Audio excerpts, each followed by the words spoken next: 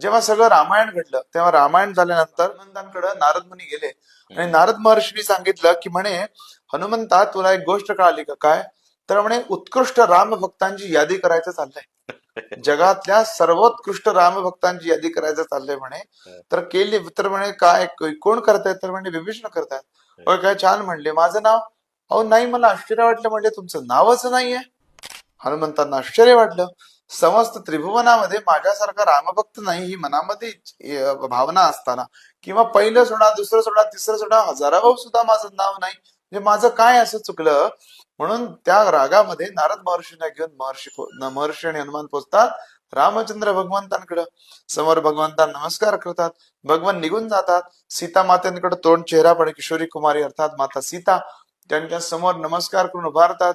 काय झालं म्हणतात सुता, तर हनुमान म्हणतात काय नाही झालं, वाईट वाटते. कशाचं वाईट वाटते, म्हणतात असं असं विभीषण उत्कृष्ट रामभक्तांची यादी करतात पण त्यात माझं नाव नाही आहे म्हणतात. पहिलं दुसरं तिसरं राहू दे का, पण हजारावं तरी माझं नाव पाहिजे होतं माते, हे कसं नाही. तेव्हा म्हणतात असं झालं का.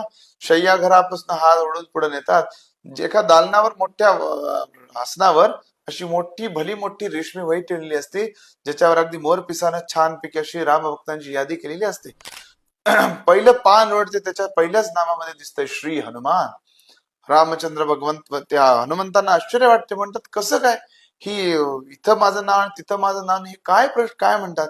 अरे म्हणतात तुला हेच लक्षात यायला पाहिजे, ती जी यादी केली ती रामचंद्रांना मानणारे एका रामभक्ताने केलेली आहे. ही जी यादी आहे ही साक्षात रामचंद्र भगवंतांनी केलेली आहे, ज्याच्यात तुझं नाव पहिलं आहे.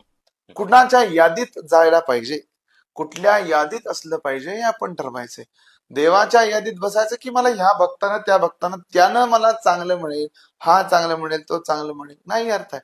देवाच्या यादीत आपण घेतो. म्हणून म्हटलं की नाम घेत असताना स्थिरता लागते, किंवा आपल्याला मानसिक स्थिरता पाहिजे, मनामध्ये शांतता पाहिजे, तर आपल्याला भगवंत सोप्या पद्धतीने म्हणजे सरळ कळतं.